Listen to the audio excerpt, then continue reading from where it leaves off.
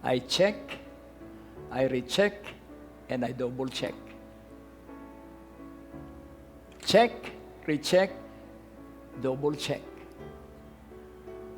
Ano po ang ibig sabihin? 3 ulit niyang sinisiyasat yung pasyente.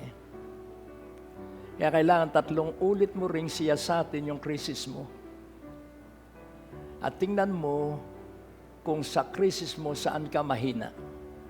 At yun ang hingin mo sa Diyos para ikay bibigyan ng kapangyarihan doon sa iyong kahinaan.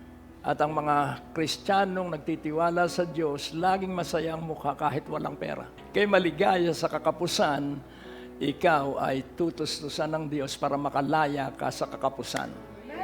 Amen? Kaya kailangan kamuhian mo ang kakapusan. Sabihin mo, I hate poverty. Sabihin mo, I hate poverty. Kahiya-hiya sa Diyos, siya ang aking ama, ba't naman ang mayaman kong ama ay ako ay babayaang maghirap.